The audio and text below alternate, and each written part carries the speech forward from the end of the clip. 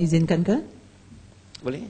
Yang Berhormat, adakah Yang Berhormat mencanangkan bahawa pemansuhan ordinan darurat ini memberikan gambaran bahawa peruntukan undang-undang jenayah, kanun keseksaan tidak mencukupi bagi menghukum penjenayah-penjenayah di negara ini? Ya, memang kita dapat lihatkan perbezaan sebelum dan selepas ini. Banyak kita dapat lihatkan yang kejadian-kejadian berlaku. So saya fikirkan mesti adakan satu tindakan kena ambil untuk masa depan negara kita ini. Maksud saya, adakah peruntukan undang-undang yang sedia ada? Kita ada banyak peruntukan undang-undang, kanun keseksaan, akta hasutan, banyak peruntukan undang. Adakah Yang Berhormat mencanangkan bahawa undang-undang ini tidak mencukupi bagi menangkap dan menghukum penjenayah negara ini, sehingga kita memerlukan satu undang-undang untuk menangkap orang tetapi tidak membicarakan mereka? So saya ini, benda ini perkara yang kejadian saya dah utarakan di sini. Tapi untuk segi undang-undang ini, orang atasan akan meneliti dan membawa mana yang sesuai untuk masa depan kita. Kejadian pembunuhan, ragut dan rompak semakin hari semakin berleluasa sehingga menimbulkan rasa takut di kalangan rakyat tempatan dan juga pelancong asing. Kita mempunyai ramai pegawai dan anggota keselamatan serta akta-akta yang mencukupi untuk membenteras jenayah seperti ini. Tetapi mengapa kegiatan jenayah, terutamanya ragut dan rompah serta pembunuhan masih banyak? Rasuah juga turut meningkat di kalangan anggota keselamatan. Pemberi dan penerima rasuah harus diberikan hukuman yang lebih ketat. Ya Hormat, ada yang nak mencelah lagi? Okay. Silakan, Mak. Terima kasih. Terima kasih, Yang Berhormat. Tadi Yang Berhormat cakap mengenai peningkatan kadar jenayah. Tapi apa yang selalu kita dengar dalam surat khabar dari kerajaan ialah kadar jenayah telah turun. So, saya keliru sikit. Dia tambah atau turun? So, saya ini di sini nak sebutkan pembunuhan ini semakin hari kita nampak lihat di surat-surat khabar. So ini yang kita panggilkan ambilkan tindakan. Bukan kurang atau lebih itu saya tidak, pasal apa mungkin ada lagi yang menteri akan jawabkan soalan ini. Sebab ada pertikaian di sini kerana kenyataan Ketua Polis Negara. Tunggu dulu. Duduk dulu, Mak. Duduk. Kenyataan Ketua Polis Negara secara rasmi mengatakan bahawa kadar jenayah negara ini semakin berkurangan. Sedangkan Yang Berhormat mengatakan kadar jenayah ini semakin bertambah. Adakah Yang Berhormat mengatakan bahawa kenyataan Ketua Polis Negara itu bersifat pembohongan atau tidak benar? Sampai sini adalah satu soalan saya dah memajukan pada mereka. Biarkan kita tunggu, kita dengar daripada Jaluan. Ya. Ada yang betul.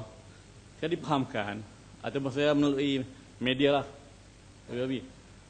Jenayah berkurang, betul, berkurang. Tetapi jenayah berat, kes bunuh ni dan dekat. Jenayah yang lain dia berkurang. Disebabkan kemungkinan besar jenayah pembunuh lah kita. Pembunuh ni adalah datang daripada orang yang lepas daripada tahanan Israel pada 2 tahun lepas. Silakan, Mak, teruskan. Okay. Saya fikirkan biarkan menteri akan jawabkan soalan ini.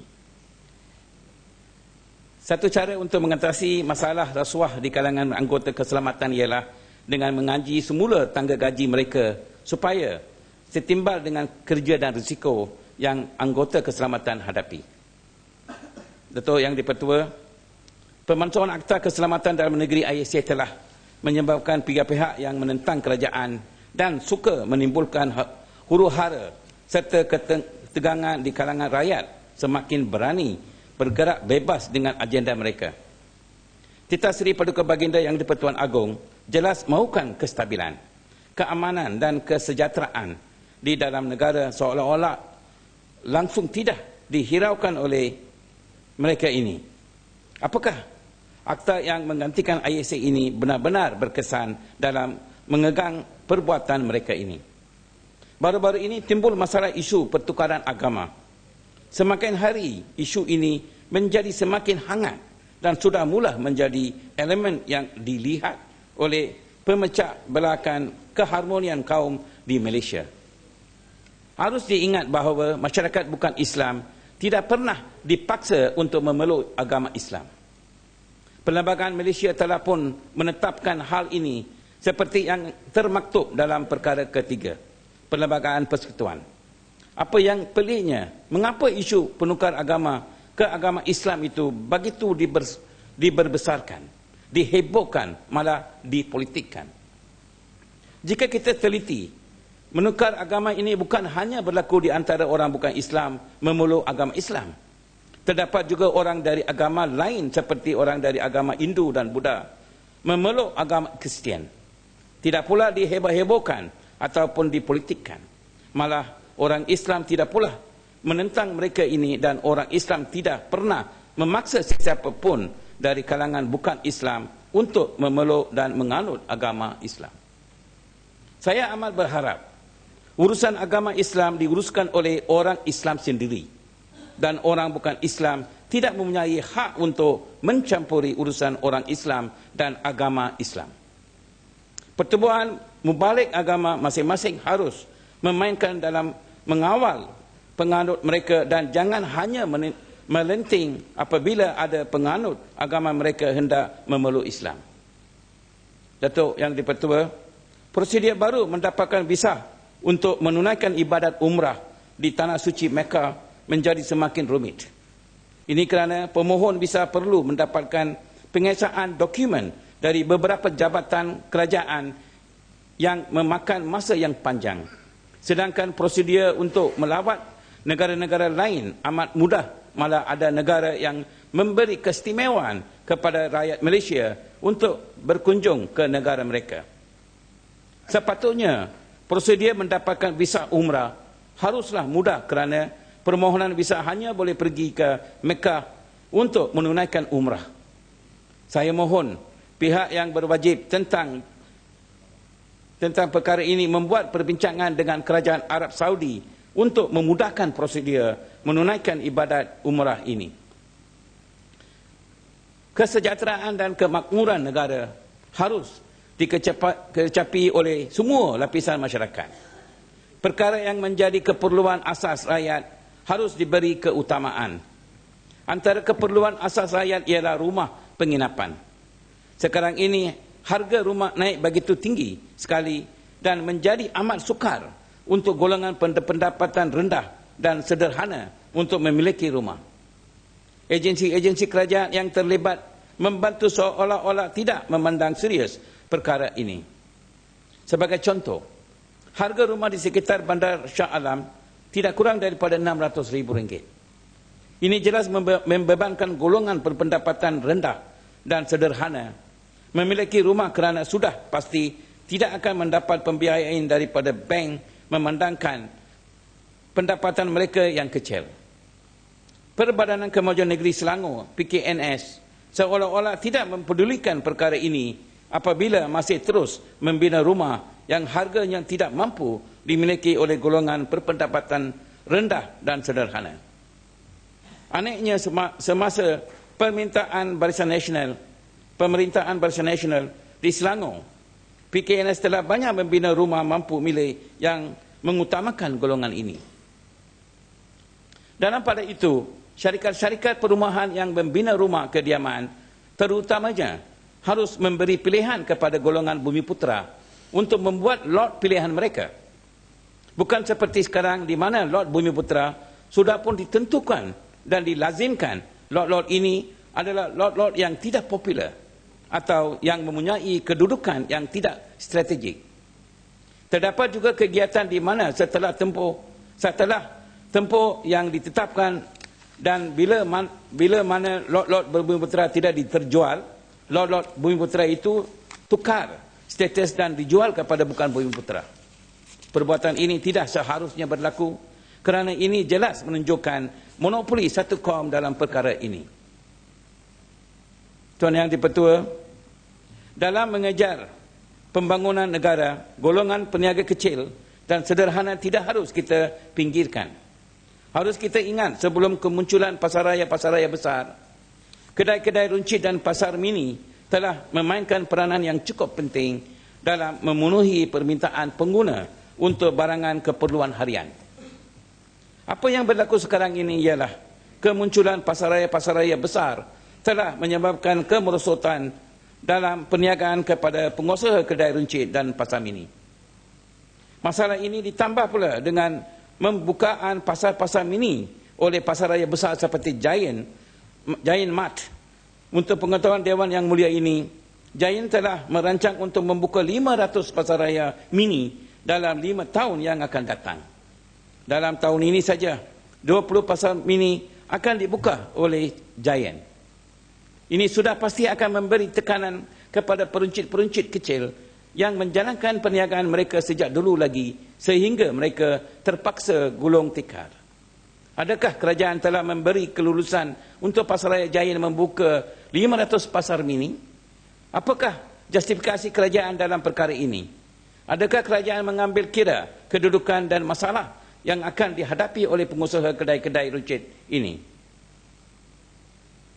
Pengurus wang yang dipertua, ini adalah satu masalah yang begitu besar sekarang ini dalam arena perniagaan di Malaysia. Daripada 851 pengurus wang yang berlesen telah pun kurang kepada 500 sekarang ini. Sebab setiap kesalahan yang kecil, lesen mereka itu digantung dan tidak boleh buatkan perniagaan. So ini telah pun membawa begitu satu masalah yang akan jadikan masalah besar kepada negara kita bila pelancong-pelancong yang datang ke Malaysia ini nak tukarkan mata wang mereka, memang sukar pasal apa? Bank akan buka ruang perniagaan hanya sampai 4.5 saja. So malam ini memang sukar untuk mereka dapatkan, ini boleh jadikan satu. So yang kedua, yang mereka ini sengaja mengambil satu tindakan walaupun satu satu kesalahan yang kecil, akibat itu dia batalkan saja. Tidak ada bagikan ruang untuk mereka membetulkan diri mereka. So ini yang satu yang saya nak panjangkan. Dan satu lagi yang enactment yang baru berkuat kuasa sekarang ini daripada Julai 15 hari bulan ini ialah seorang politik itu menukar wang RM3,000 Malaysia. Dia punya detail semua kena serah kepada bank negara. Ini saya pun sendiri tak faham macam mana ini yang berlaku, yang bank negara telah pun memberikan amaran kepada semua pengurus wang. Yang mana RM3,000 Malaysia, kalau dia tukar dengan mata wang asing, dia kena ambilkan semua data-data mereka dan serah kepada bank negara. Dan juga sebelum ini ada 20,000, tapi sekarang ini dah bawa sampai 3,000. Kita tidak boleh tukar $1,000 pun sekarang ini. Dato' Yang Dipertua, kerajaan pimpinan Yang Amat Berhormat Perdana Menteri adalah sebuah kerajaan yang menepati janji. Saya mewakili masyarakat India Muslim telah menyerahkan satu usul 18 perkara kepada Yang Amat Berhormat Perdana Menteri pada bulan Oktober tahun lepas. Saya memohon kerajaan pemimpin Yang Amat Berhormat Perdana Menteri turut memberi perhatian kepada pembangunan masyarakat India Muslim seperti yang diberi kepada kaum lain di negara ini. Masyarakat India Muslim merupakan satu masyarakat yang amat setia kepada kerajaan dan berdiri teguh menyokong Barisan Nasional. Oleh itu, adalah amat wajar masyarakat India Muslim diberi pengiktirafan yang sewajarnya bagi segala usaha yang mereka lakukan selama ini. Datuk Yang Dipertua, dengan ini saya pohon menyokong. Terima kasih Yang Berhormat. Terima kasih. Seterusnya saya ingin mempersilakan Yang Berhormat Tuan Hajah Zaitun binti Haji Mat Amin. Silakan Yang Berhormat bahas.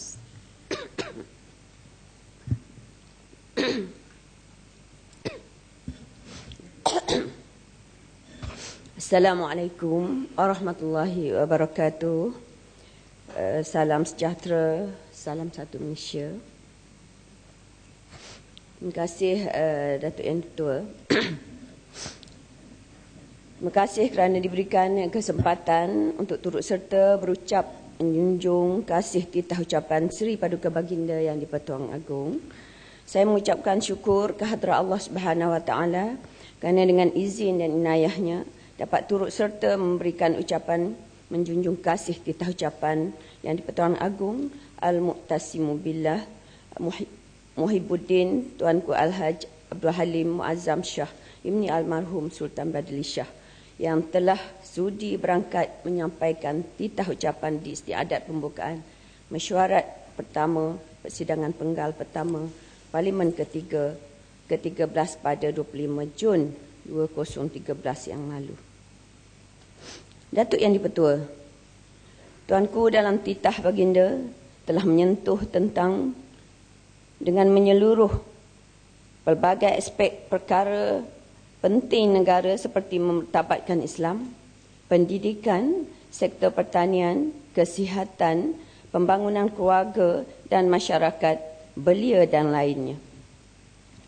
Datuk Yang di-Pertua, izinkan saya di dalam ucapan menjunjung kasih titah ucapan Seri Paduka Baginda Yang di-Pertuan Agong ini menyentuh beberapa perkara penting berhubung dengan menjunjung institusi raja, aspek perpaduan ummah, pembangunan sektor pertanian, belia dan sukan dan pelaksanaan program transformasi negara. Datuk Yang di-Pertua, pertamanya saya ingin menyentuh berhubung dengan institusi raja negara kita yang sejak akhir-akhir ini menjadi sasaran individu-individu tertentu yang tidak bertanggungjawab. Mereka bukan sahaja menghina Seri Paduka Baginda Yang di-Pertuan Agong dan Permaisuri, malah raja dan institusi raja, sedangkan secara jelas Perlembagaan Persekutuan telah menyatakan bahawa ketua utama negara adalah Yang di-Pertuan Agong. Kedangkalan memahami sejarah negara menyebabkan mereka tidak menghormati Yang di-Pertuan Agong yang bukan sahaja sebagai ketua utama negara tapi juga secara undang-undangnya menganggotai 3 cabang pentadbiran negara. Terdiri dari eksklusif, perundangan dan kehakiman. Baginda juga adalah pemerintah tertinggi Angkatan Tentera Persekutuan. Baginda juga menjadi ketua agama bagi negeri Baginda. Di samping sebagai ketua agama Islam di negeri-negeri Melaka, Pulau Pinang, Sabah, Sarawak dan wilayah Persekutuan sebagaimana yang ditetapkan perkara 3/3 Perlembagaan Persekutuan. Menyentuh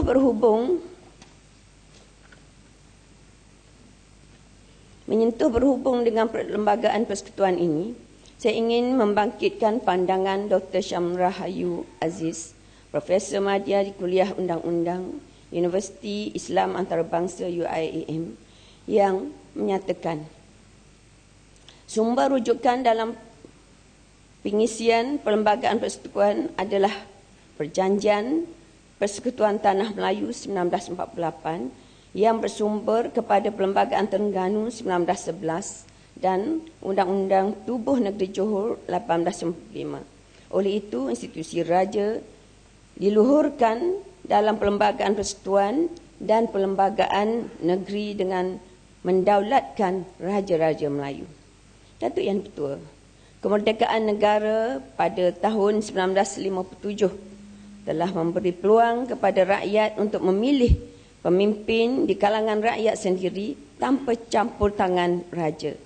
Namun, kebijaksanaan para pengasas kemerdekaan negara ini dan setelah mendapat petunjuk ilahi dengan wawasan bijak membentuk kerajaan merdeka di bawah naungan raja berperlembagaan, sistem berkerajaan dan bernegara yang menggabungkan institusi raja dengan institusi rakyat berasaskan konsep raja berperlembagaan dan demokrasi berparlimen.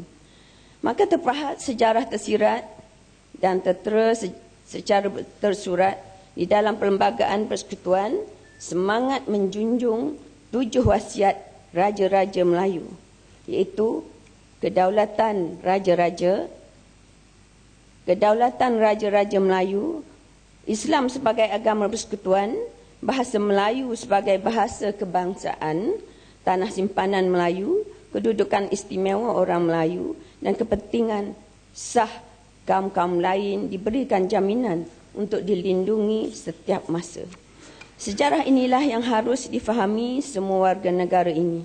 Justru Raja-Raja Melayu terus wujud berdaulat di dalam Perlembagaan Persekutuan. Sehubungan dengan itu, tindakan yang tegas dan serta-merta perlu diambil ke atas mana-mana individu yang menghina raja yang di-Pertuan Agong, Permaisuri Agong dan Raja-Raja Melayu. Saya ingin mendapatkan penjelasan kerajaan apakah langkah yang telah diambil oleh Suruhanjaya Komunikasi dan Multimedia SKMM dalam memantau perbuatan terkutuk ini di laman sosial dan sebagainya, serta apakah tindakan tegas yang telah diambil terhadap individu-individu ini. Datuk Yang keduanya, saya ingin menyentuh berhubung dengan isu perpecahan di kalangan masyarakat, khususnya di kalangan orang Melayu dan orang Islam. Melayu dan Islam adalah satu dan sukar untuk dipisahkan. Artikel 160/2 jelas mentakrifkan orang Melayu sebagai seseorang yang menganut agama Islam. Lazimnya bercakap Melayu, menurut adat Melayu, pada asasnya orang Melayu Islam mempunyai akidah yang sama. Beriman dengan Allah sebagai Tuhan yang sama, Rasul yang sama, kitab Al-Quran yang sama, kiblat yang sama, menunaikan ibadat haji bersama ke Mekah, malah dan penerbangan dan hotel penginapan yang sama, bersolat di Masjid Nabawi yang sama. Tetapi kenapa apabila tiba di Malaysia akan berlaku semula perpecahan, sedangkan hakikatnya dan akhirnya akan dikebumikan di tanah perkuburan yang sama dan akan bertemu di akhirat yang sama, malah ke syurga yang sama insya-Allah. Jadi, kenapa harus berlaku perpecahan? Semua perpecahan ini adalah berpunca dari fahaman atau ideologi politik yang berbeza. Jika dulu perpecahan Melayu Islam ini hanya antara UMNO dan PAS, kini Melayu Islam berpecah lagi dengan adanya PKR. Bukan sahaja tidak bertegur sapa sesama Islam, malah tidak mengucapkan atau membalas salam, tidak menghadiri kenduri kendara, malah kematian dan sehingga kenduri tahlil pun tidak lagi bersama. Apakah ini yang dikehendaki dalam Islam? Apakah ini yang diajarkan dan dianjurkan oleh Rasulullah sallallahu alaihi wasallam? Apakah hukumnya di dalam Islam untuk memutuskan silaturahim? Permusuhan yang serius bukan sahaja berlaku sebelum dan semasa PRU 13, tetapi juga selepas PRU 13. Kata-kata kesat, nista, jemuhan dan ejekan melampau, terutama di laman sosial. Peliknya, hanya antara sesama orang Melayu Islam sahaja. Sedangkan orang lain bertepuk tangan dan terus menyalakan api perpecahan atas hak asasi, liberalisasi, kebebasan dan keadilan sejagat. Tetapi hakikatnya kuasa Melayu Islam semakin lemah dan mudah diperkotak-katikkan. Datuk Yang Tua, perpecahan umat Islam juga berpunca daripada perasaan bahawa ada golongan yang merasakan lebih Islam, lebih Islamik dari golongan tertentu dari golongan Islam lain. Malah sehingga ke tahap kafir mengkafir. Masalah perpecahan ummah bukanlah baru. Majlis Fatwa Kebangsaan yang bersidang pada November 1984 telah membincangkan isu kafir mengkafir sesama orang Islam dan mengambil ketetapan. Pertama, tuduhan dan anggapan sesiapa jua bahawa pemimpin atau pegawai kerajaan yang beragama Islam sebagai kafir atau sebaliknya adalah tidak benar dan sia-sia selagi tetap mengucap 2 kalimah syahadah. Kedua, sesiapa yang menuduh atau anggapan orang Islam, orang lain yang beragama Islam adalah kafir, maka perbuatan itu adalah haram. Mesyuarat khas Jawatankuasa Fatwa Majlis Kebangsaan bagi hal ehwal agama Islam Malaysia yang bersidang pada 2001 telah membincangkan masalah perpecahan orang Melayu Islam dan memutuskan di antara lainnya adalah: pertama, tiada halangan untuk menggunakan perkataan Islam oleh mana-mana pertubuhan, malah digalakkan atas dasar berdisiplin, ilmu, iman dan ihsan. Tetapi Mana-mana pertubuhan menggunakan Islam atau perkataan Islam yang mengelirukan masyarakat atau menyelewengkan salah dan bercanggah dengan prinsip-prinsip Islam adalah salah. Kedua, seseorang itu sudah diiktiraf sebagai orang Islam jika menepati rukun Islam, maka adalah salah bagi mana-mana pihak menambah apa-apa syarat lain seperti pengakuan menyokong kepada pihak tertentu. Ketiga, ketentuan syurga dan neraka adalah hak mutlak Allah.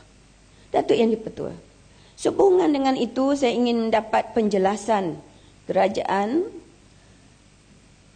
langkah yang diambil bagi mengatasi masalah perpecahan Melayu Islam ini sehingga merosakkan akidah. Saya juga ingin mencadangkan agar kerajaan menganjurkan segera muzakarah khas bagi menjangka masalah perpecahan umat Melayu. Umat Melayu Islam yang sepatutnya bukan sahaja dihadiri oleh ahli-ahli agama tetapi juga ahli politik, ahli akademik dan badan bukan kerajaan NGO serta awam bagi mencari jalan untuk penyatuan umat Melayu Islam di negara ini bagi membina umat Islam yang kuat.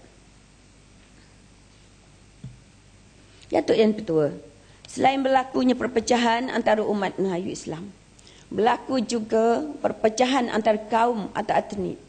PRU 13 yang jelas telah berlakunya polarisasi kaum dalam pilihan raya. Pada pendapat saya, keadaan ini berlaku kerana kebanyakan rakyat tidak memahami sejarah pembinaan bangsa dan negara ini.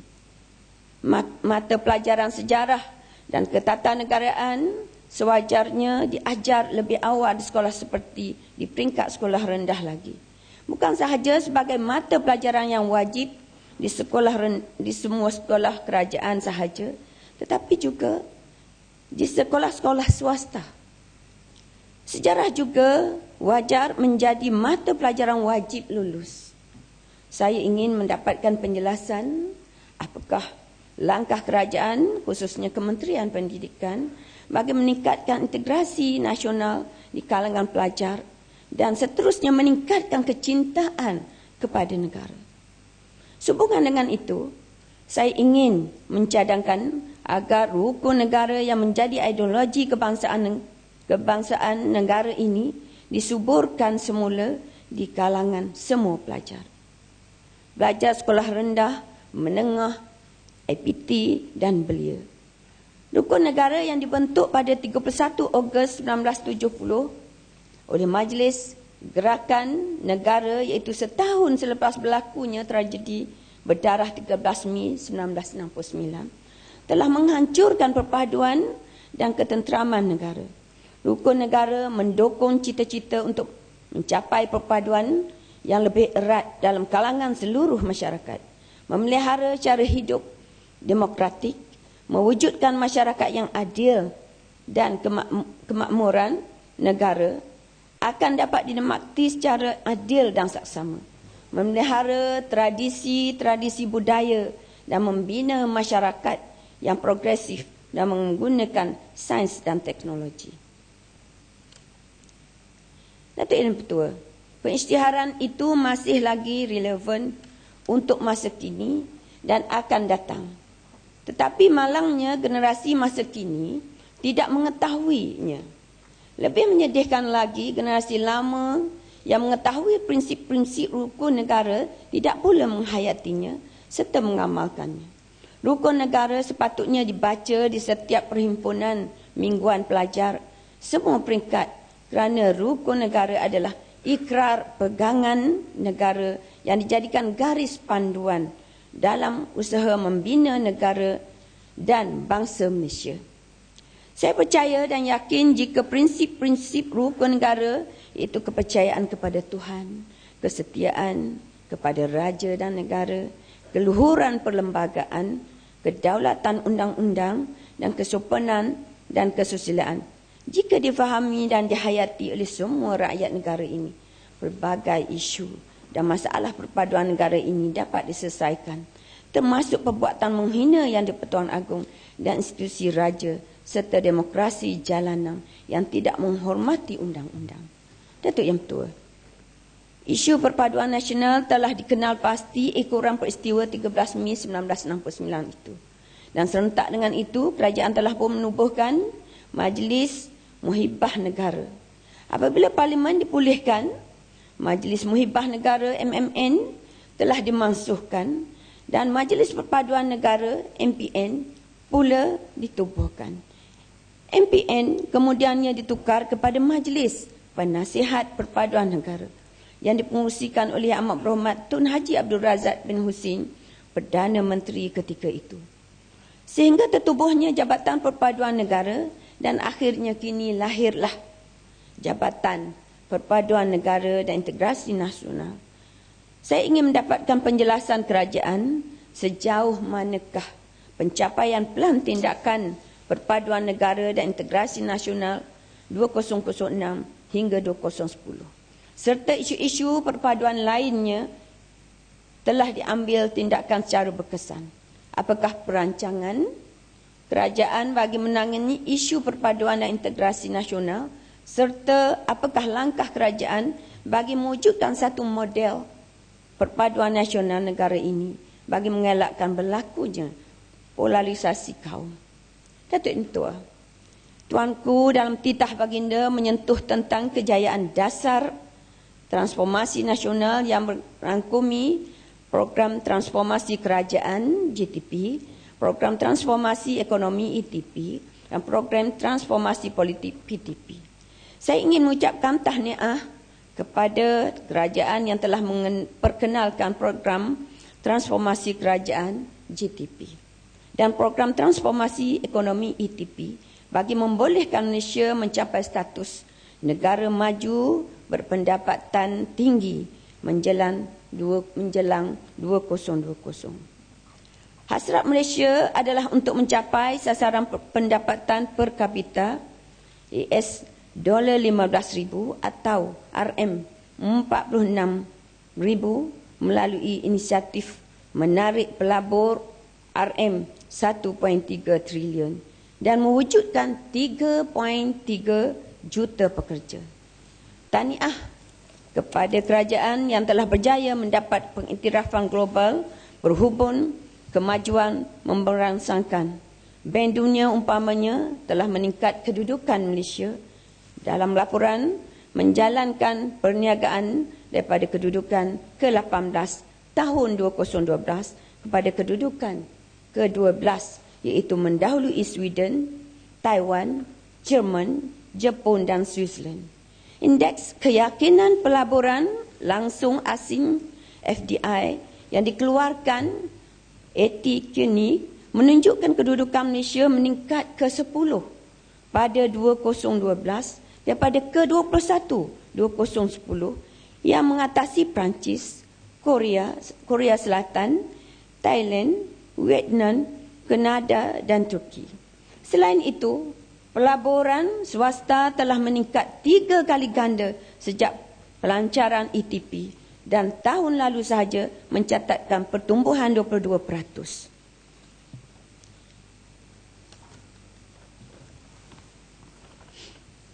Datuk Yang Pertua, sesungguhnya pencapaian kerajaan ini amat membanggakan dan mengetepikan pandangan pembangkang yang selalu memperlekehkan kemampuan kerajaan dalam memaju dan membangunkan ekonomi negara khususnya melalui dasar transformasi nasional. Datuk Yang Pertua, sehubungan dengan itu saya ingin memohon penjelasan kerajaan sejauh manakah aliran meningkat ini dalam mendorong sektor pelaburan swasta dan sektor pelaburan awam memaju ekonomi negara dan sejauh manakah agenda transformasi ekonomi dapat digemblengkan bagi menjamin kerajaan dapat memenuhi janji kepada rakyat dan menaikkan mutu kehidupan rakyat keseluruhannya termasuk di luar bandar. Datuk Yang Pertua, Tuanku dalam titah baginda ada menyentuh berhubung dengan prestasi perkhidmatan awam yang telah memberikan sumbangan besar kepada pertumbuhan ekonomi dan kesejahteraan rakyat. Baginda juga berharap agar penjawat awam meneruskan usaha penambahbaikan penyampaian perkhidmatan berdasarkan aspek perkhidmatan yang cepat, tepat dan berintegriti serta berfikiran kreatif, inovatif dan produktiviti. Sehubungan dengan itu, saya ingin membangkitkan tentang bangunan gunasama persekutuan di bawah Kementerian Kerja Raya. Datuk Yang Tua, pada masa ini terdapat 64 buah kompleks bangunan gunasama persekutuan seluruh negara dan dibahagikan kepada 4 zon, iaitu zon utara dan Sabah, zon selatan dan Sarawak, zon tengah dan zon timur. Saya ingin mendapatkan penjelasan kerajaan, khususnya Kementerian Kerja Raya, apakah justifikasi zon utara juga meliputi Sabah, begitu juga zon selatan yang meliputi Sarawak. Kenapakah Sabah dan Sarawak tidak dijadikan zon yang berasingan? Saya juga ingin menyentuh zon timur yang meliputi negeri Terengganu dan Pahang dan Kelantan. Pada masa kini, Pahang mempunyai 4 bangunan gunasama persekutuan, iaitu di Temerloh, Raub, Kuantan dan Maran. Manakala di Kelantan pula, terdapat 4 bangunan gunasama persekutuan, iaitu di Kota Baru, Gua Musang, Kuala Kerai dan Maran. Manakala di Terengganu terdapat hanya 2 bangunan gunasama persekutuan sahaja, iaitu di Kemaman dan Besut. Marang adalah sebuah daerah yang sedang pesat membangun dan keperluan kepada bangunan gunasama persekutuan di daerah Marang amatlah mendesak dan penting bagi memudahkan penduduk di daerah ini mendapatkan pelbagai perkhidmatan dari jabatan-jabatan kerajaan, khususnya Jabatan Persekutuan yang berselerak kedudukannya. Sehubungan dengan itu, saya ingin mendapatkan penjelasan kerajaan. Adakah kerajaan mempunyai perancangan untuk membina bangunan gunasama persekutuan di daerah Marang? Jika belum, saya merayu bagi memasukkan di dalam perancangan terkini di Terengganu. Datuk Yang di-Pertua, Tuanku dan Titah Baginda ada menyentuh tentang kepentingan jaminan bekalan makanan yang mencukupi untuk negara. Baginda menyarankan agar pendekatan yang holistik dalam membangunkan industri agromakanan. Berhubung dengan pertanian ini, saya ingin menyentuh berhubung dengan aktiviti pertanian dan perikanan di daerah Marang. Berhubung dengan pertanian, pertamanya saya ingin menyentuh berhubung dengan kegiatan pertanian di daerah Marang. Antara projek pertaniannya adalah termasuklah projek kelapa, padi, lebah, tembikai, sayur-sayuran dan lain-lain. Pada masa kini, projek kelapa pandan bagi mendapatkan airnya sudah pun begitu popular di Terengganu, khususnya di daerah Marang. Saya ingin mendapatkan penjelasan tentang satu lagi jenis kelapa, iaitu kelapa matek, yang dikatakan bernilai komersial untuk menghasilkan santan. Apakah perancangan kerajaan, khususnya Kementerian Pertanian dan Industri Asas Tani, bagi memajukan projek tanaman kelapa matek di daerah Marang? Maklumlah Datuk Yang Pertua, santan pun sekarang ini sangat mahal berbanding berganda meningkat harganya. Untuk makluman sidang Dewan yang dihormati sekalian, saya juga ingin membangkitkan tentang projek tanaman padi di Lembah Marang 1 di Kampung Kubur. Projek ini berpotensi untuk dimajukan dari 50 hektar kepada 300 hektar dan tanaman dari sekali setahun kepada 2 kali setahun dapat dilaksanakan sekiranya masalah infrastruktur khususnya pengairan air dapat diatasi. Saya ingin mendapatkan penjelasan kerajaan, apakah langkah kerajaan bagi mengatasi masalah ini dan langkah bagi memajukan kawasan tanaman padi ini. Saya juga ingin menyentuh berhubung dengan projek-projek di bawah dasar jaminan makanan, iaitu Taman Kekal Pengeluaran Makanan TKPM di Kampung Serating bagi mengeluarkan tembikai dan sayur-sayuran seluas 294 hektar. Saya ingin mendapatkan penjelasan kerajaan, khususnya Kementerian Pertanian dan Industri Asas Tani, bagi memajukan lagi TKPM ini dan melibatkan lebih ramai usahawan dan peserta. Saya ingin menyentuh tentang projek tenakan lebah yang akhir-akhir ini menjadi fokus kerajaan, khususnya di daerah Marang, yang mempunyai banyak pokok gelam, akasia, pokok kelapa dan sesuai untuk tenakan lebah. Bagaimanapun saya dapati kementerian tidak begitu serius dalam melahir dan membangunkan usahawan dalam bidang ini. Jadi saya berharap Kementerian Pertanian dan Asas Tani dapat mengambil langkah yang lebih fokus untuk membangunkan industri ternakan lebah ini. Datuk Yang Tua, saya ingin menyentuh berhubung dengan perikanan yang menjadi nadi kepada 1,550 orang nelayan berdaftar di daerah Marang dan 300 hingga 400 orang nelayan tidak berdaftar serta 175 penternak. Terdapat juga 54 orang yang terlibat secara pengusaha pemrosesan hasil perikanan. Nelayan sering dikaitkan dengan golongan miskin dan berpendapatan rendah, tetapi hakikatnya nelayan bukan lagi golongan yang miskin, tetapi kerajaan telah berjaya mengeluarkan mereka dari golongan miskin tegar kepada golongan yang mampu berdikari melalui pelbagai bantuan seperti bantuan perumahan, membaiki rumah, subsidi diesel, insentif pentangkapan ikan, bantuan peralatan seperti sampan, fiberglass dan enjin sangkut. Dalam bidang perikanan ini saya ingin membangkitkan tentang subsidi minyak petrol diesel, tetapi masih ramai nelayan yang tidak mendapat kemudahan tersebut kerana tidak memperolehi kad nelayan secara sah, umpamanya nelayan sungai. Saya ingin mendapatkan penjelasan kerajaan. Adakah kerajaan bercadang untuk mengkaji memberikan lesen kepada nelayan sungai bagi membolehkan nelayan-nelayan ini mendapat kemudahan sebagai nelayan yang punya lesen? Datuk M. Tua, berhubung dengan perikanan ini, saya juga ingin kerajaan mengambil langkah mengawal harga sampan fiberglass dan enjin sangkut yang mahal. Saya berharap kerajaan terus memberikan bantuan kepada nelayan. Selain itu, bagi menggalakkan penyertaan nelayan dan industri kecil berasaskan hasil Masih perikanan. banyak ke, Waman? Masih banyak lagi? 2 minit, 1 minit. Teruskan. Selain itu, bagi menggalakkan penyertaan nelayan dalam industri kecil berasaskan hasil perikanan ini, saya mohon kerajaan menimbangkan bantuan bagi mesin dan alat membuat seperti keropok dan sebagainya, khususnya di Terengganu, untuk memberi jaminan kepada mereka-mereka, terutama ibu tunggal, untuk jaminan ekonomi keluarga mereka. Datuk M. Tua, akhirnya saya ingin mendapat penjelasan kerajaan. Langkah yang diambil bagi memperbaiki kemudahan infrastruktur tempat pendaratan ikan seperti di Jambu Bongkok, Gombalai dan Mercang, serta mendalamkan muara sungai seperti muara Sungai Marang dan Sungai Mercang.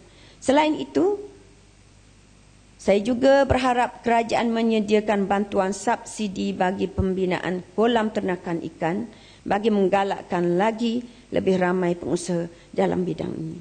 Sekian, terima kasih. Yang Berhormat Datuk Yang Tua, saya mohon menyokong. Terima kasih, Hormat. Terima kasih. Seterusnya saya ingin mempersilakan Yang Berhormat Datuk Lim Nget Yun. Silakan, Yang Berhormat.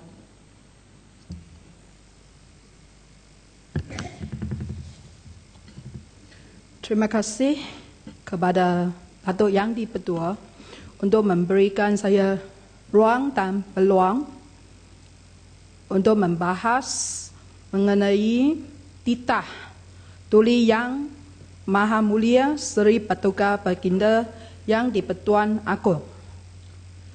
Tuanku Agong menyuruh semua pihak menerima dan menghormati keputusan PRU ke-13 yang diadakan mengikut lunas-lunas sistem demokrasi. Malangnya, terdapat berjenis-jenis komen dan perhimpunan haram mengatakan keputusan PRU 13 ini tidak adil. Saya berasa amat kecewa sebab mana-mana pihak jikalau berasa keputusan itu tidak adil, memang kita ada saluran yang sah untuk mereka membuat aduan mereka, yaitu membawa kepada mahkamah. Tetapi pihak tertentu ini memilih mengatakan perhimpunan haram untuk menjatuhkan image SPR dan juga Kerajaan Barisan Nasional. Saya ingin mengatakan apa yang mereka tuduh itu ialah satu perbohongan yang tidak berasas. Thank you. Seperti kita setia maklum, di setiap peti undi, di mana-mana saluran, kita terdapat polling agent dengan izin dari parti-parti yang bertanding. Dan Ada yang nak mencelah, Yang Amat? Yang Amat izinkan? saya nak dapat penjelasan. Takut Saya nak dapat tak cukup penjelasan masa. sikit. Masa banyak lagi. Saya Dapat, nak dapat dapat. penjelasan sikit. dapat Sebab ada tuduhan ni. bila saya berakhir, Tak boleh, dia kena Baru. sekarang. Dia kena sekarang. okey. Penjelasan sikit saja. Tak nak. Tadi Yang Berhormat dah Tengok- menyebut tengok tentang Yang Berhormat. senang menggunakan saluran yang tertentu ya. Sudahlah Muhammad, dia tak bagi tu, tak apalah. Tak boleh sikit pun. Ni ruang dia, Yang Amat. Okey, tak apa, terima kasih. Mana Minta teruskan, Yang maaf Amat. sebab masa saya Tak apa, saya teruskan, tak kira ucapan saya lebih kurang lah. Jadi patut. Teruskan, Yang Amat. Okay. Seperti kita yang setia maklum, di tiap-tiap peti undi kita dapat tadi kata ada polling agent di mana-mana dari pihak parti-parti yang bertanding, termasuk pegawai SPR. Mereka berjalankan tugas. Jadi bukan SPR, bukan pegawai SPR saja yang jalankan tugas. Jadi kesianlah SPR dituduh tak adil. Lagipun kita pun tak pasti pegawai SPR dia dia sokong mana-mana pihak, kan? Jadi yang untuk memastikan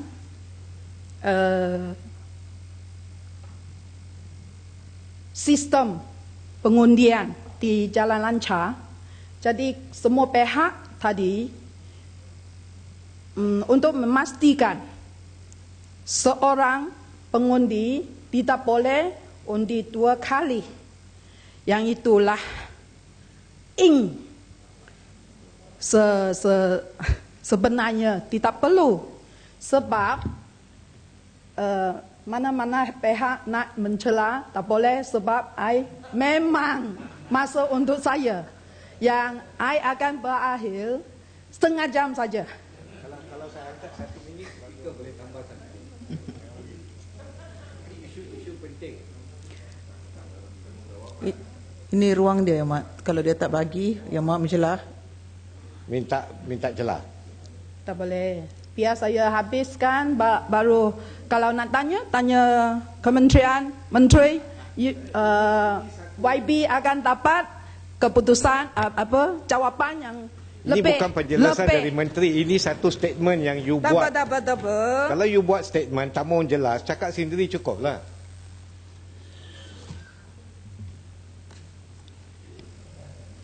Teruskan, Yang Amat. Okey. Mereka untuk memastikan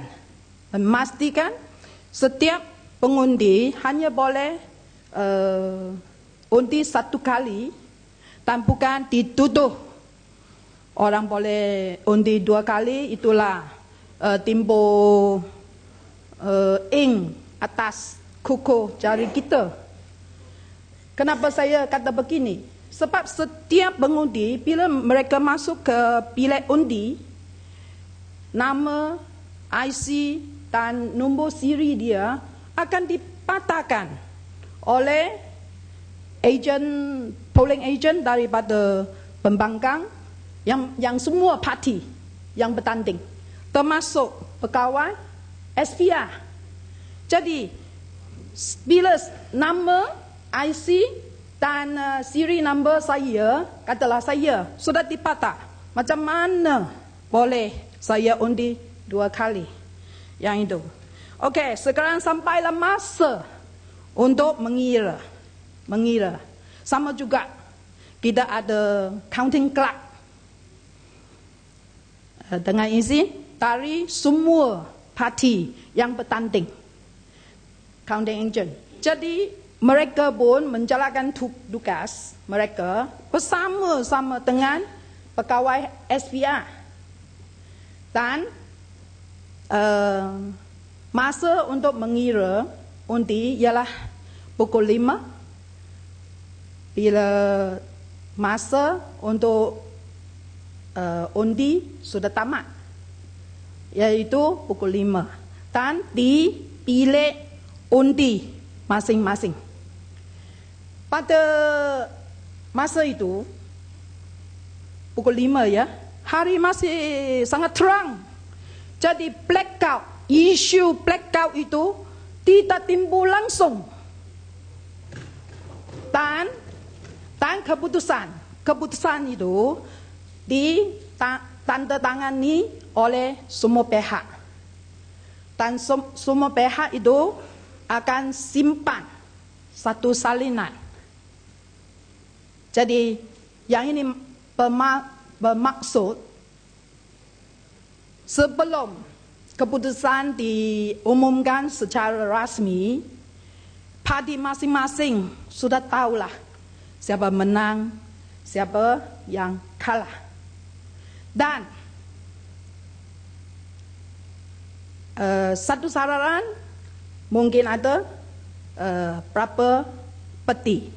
Jadi yang peti kali berapa saluran ikut satu don. Dan berapa peti undi dalam berapa ton kali berapa ton ikutlah parlimen. Dan undi, nombor undi itu, nombor undi, jumlah undi itu kali 122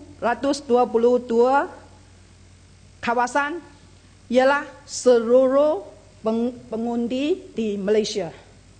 Bagaimana ada tuduhan yang memang tak masuk akal, sesuatu tempat, katalah Pentung yang blackout dituduhkan, ada 2 peti lebih. Termasuk akal. Sebab jumlah pengundi sudah jelas berapa. Macam mana boleh tanpa pengundi? Jadi yang pihak tertentu yang mengeluarkan tuduhan ini, mungkin dia sendiri tak masuk bilik undi yang bekerja sebagai polling clerk atau counting clerk. Dia langsung tak tahu. Ada satu tuduhan juga, katalah saya sudah tanda tangani 8 peti undi. Ada 6 lagi saya tidak tanda tangan.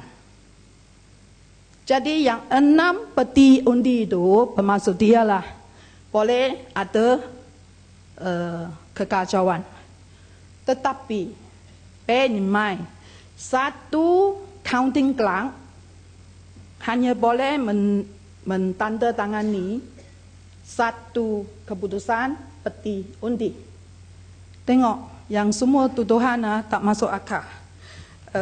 Itulah tentang blackout dan kira undi. Dan tentang phantom pengundi, kita memang tahu yang ada phantom pengundi, yang itu kita tahulah orang yang meninggal dunia. Jadi nama dia belum dipatahkan. Tetapi si mati tak boleh mengundi dengan siji yang atau keluarga dia dengan siji mati kematian dia. Sebab IC dia sudah ditukar, diganti oleh siji kematian. Dan akibat menangkap phantom pengundi ialah tentang itu 40,000 Bangladesh.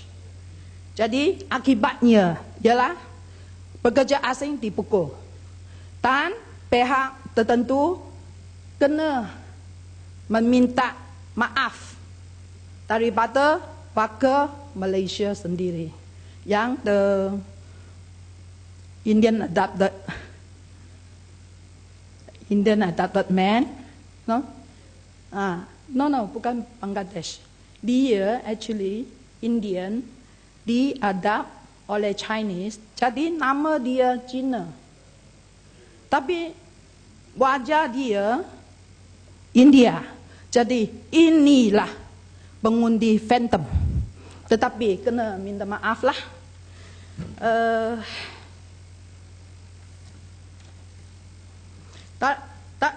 Dari segi ini satu kepujian lah kepada Parti PAS sebab mereka akui keputusan PRU ke-13. Mereka memang jujur.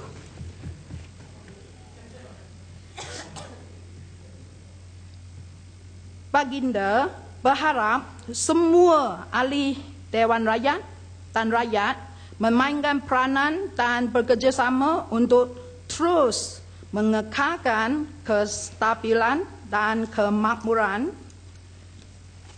dan perpaduan masyarakat berbagai kaum dan agama akan dikekalkan, kesejahteraan hidup terus meningkat. Tetapi yang ini terdapat pihak tertentu yang tidak membantu kerajaan untuk merealisasikan amanah tersebut. Mereka melakukan perkara-perkara yang terbalik. Mereka mengatakan berjenis-jenis termasuk melalui berjenis-jenis saluran termasuk laman web.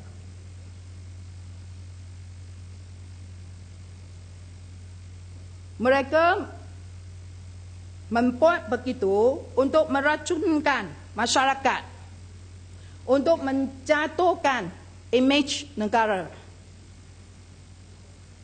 Jadi, perbuatan mereka, kelakuan tersebut telah menjejaskan imej negara kita.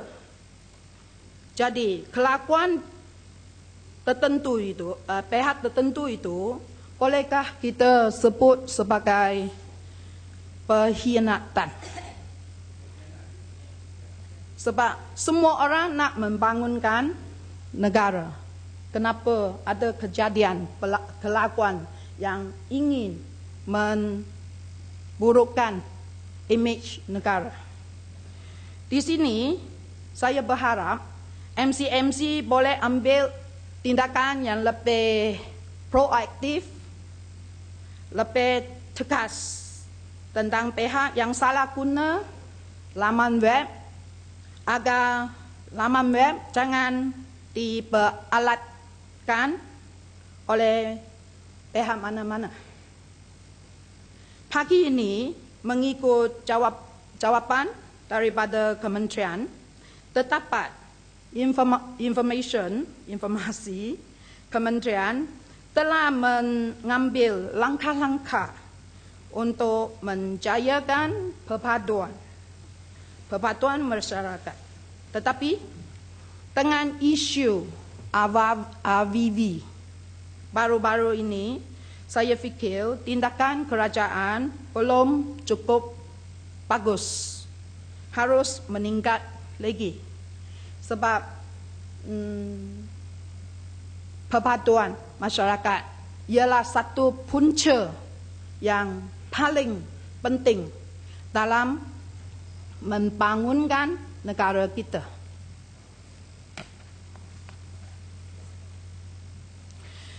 Baginda berasa suka hati kerajaan telah meletakkan ekonomi negara di landasan yang kukuh. Walaupun ketidaktentuan persekitaran global termasuk krisis hutang di Eropah pada tahun 2012. Capaian ini bukan senang. Jangan kita memusnahkan. Tetapi perhimpunan sama ada haram atau sah dianjurkan oleh pihak tertentu memang memberi impak yang negatif, khususnya kepada industri pelancongan serta menakutkan pelapor-pelapor asing. Dan ini akan menjejaskan ekonomi negara kita. Inikah saya nak tanya, inikah cara kita menyayangi negara kita?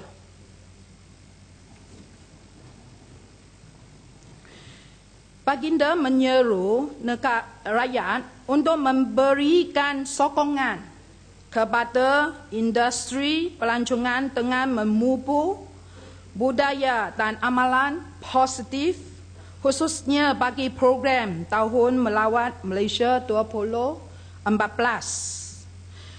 Seperti kita telah maklum, perkhidmatan taksi negara kita tidak memuaskan oleh sebab sikap dan tindakan sebahagian pemandu taksi. Kerajaan telah membantu mereka banyak, misalnya memberi mereka voucher tayar, mengeluarkan lebih lesen peribadi dan sebagainya. Tetapi saya fikir pembantu taksi harus diberikan pendidikan kesedaran agar mereka faham perkhidmatan mereka memberi impak secara langsung kepada pelancong serta menentukan kedatangan pelancong asing ke negara kita. Saya berharap mereka jangan menyembelih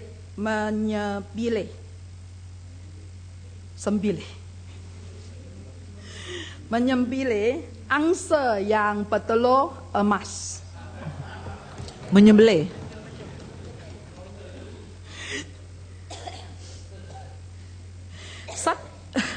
Salah satu faktor menjejaskan imej negara kita ialah sampah sarap dibuang merata-rata tempat dan pengemis di tempat pelancongan. Pergi Bukit Bintang, Jalan Allah, penuh dengan pengemis.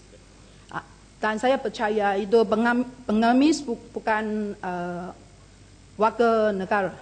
Dia ada sindiket yang bawa pengemis asing untuk cari duit di negara kita. Jadi saya berharap kerajaan akan dapat menyelesaikan yang dua-dua masalah itu, dan supaya kita boleh duduk di negara yang bersih, indah dan sehat. Jenayah pun, jenayah yang selalu berlaku di negara kita, Jenayah. jenayah yang berlaku di negara kita akan terjadi halangan kepada industri pelancongan juga.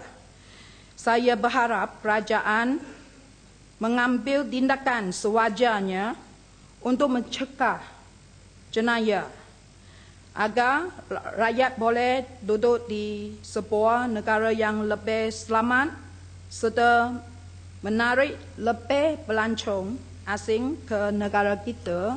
Tetapi bila kita cakap dengan jenayah, adakah penjenayah ikut cara pihak tertentu, cara mereka menganjurkan perhimpunan yang haram?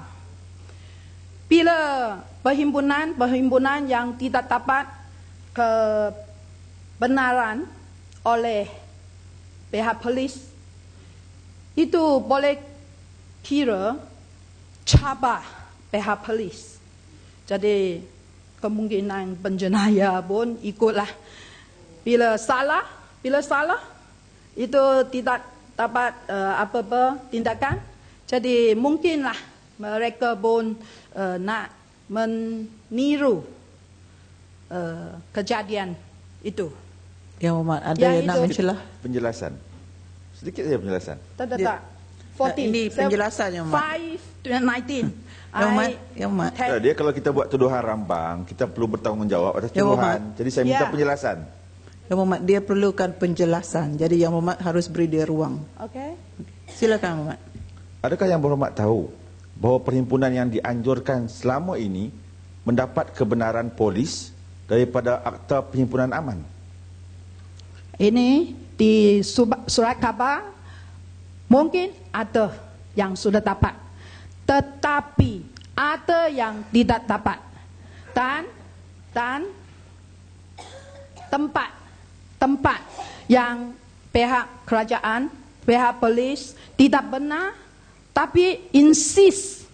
Yang insist itu kita boleh katakanlah cabaran. Ya, you don't let me, I insist. So yang ini bukan apa yang YB, boleh celah? boleh. Bolehlah. Sudah celah. Yang Muhammad, dia nak bercelah. Yang Muhammad bagi kan? Ya. Silakan. Adakah YB tahu bahawa banyak sekali perhimpunan haram yang dibuat oleh pembangkang PR yang tidak ikut aturan dan langgar-langgar saja? Apakah pada pendapat YB sebabnya? Apakah sebabnya? Saya fikir mereka buat begitu hanya nak cabar pihak polis. What can you do? Jadi bukankah kalau mereka ditangkap oleh pihak polis, jadi seluruh negara akan sympathize. Bukankah mereka anak haram? Boleh kata begitu. Boleh Datuk yang di-Pertua, saya amat bersyukur keyakinan baginda kepada kaum wanita mampu memberi sumbangan dalam semua sektor demi kecemerlangan masa depan negara. Tanpa taska-taska dan pembantu rumah yang berkualiti, ramai wanita terpaksa memilih menjadi suri rumah. Kejadian tersebut salah satu punca kekurangan sumber manusia di negara kita. Untuk mencapai sasaran 30 pembuat keputusan daripada kalangan wanita di sektor korporat dan sasaran penyertaan 55% wanita dalam tenaga kerja pada tahun 2015, halangan untuk wanita pekerja tersebut haruslah diselesaikan dahulu.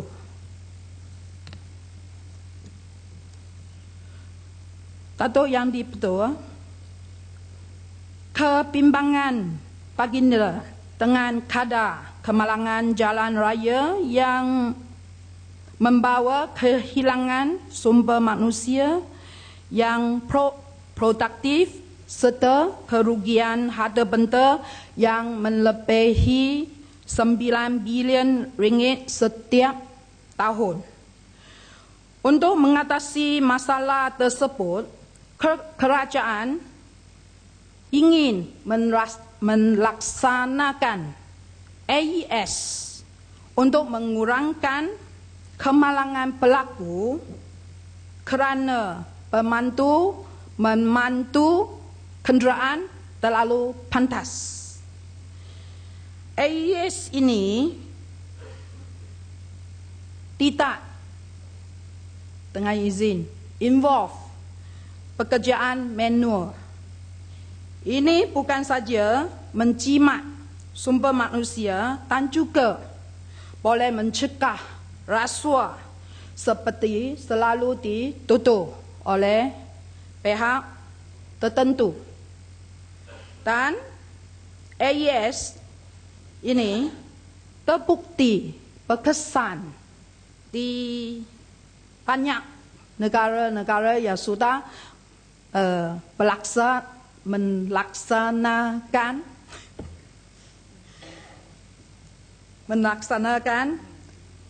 AES. Boleh celah lagi? Ya. Kenapa? Kenapa AES dibangkang oleh pembangkang? Kenapa? Saya fikir pembangkang saja membangkang for the sake of membangkang. Sebab yang jadi saya berharap pihak yang tertentu macam tadi sudah cakap, jangan membangkang. Sebab ingin membangkang tanpa mengambil tentang keselamatan jalan raya kita.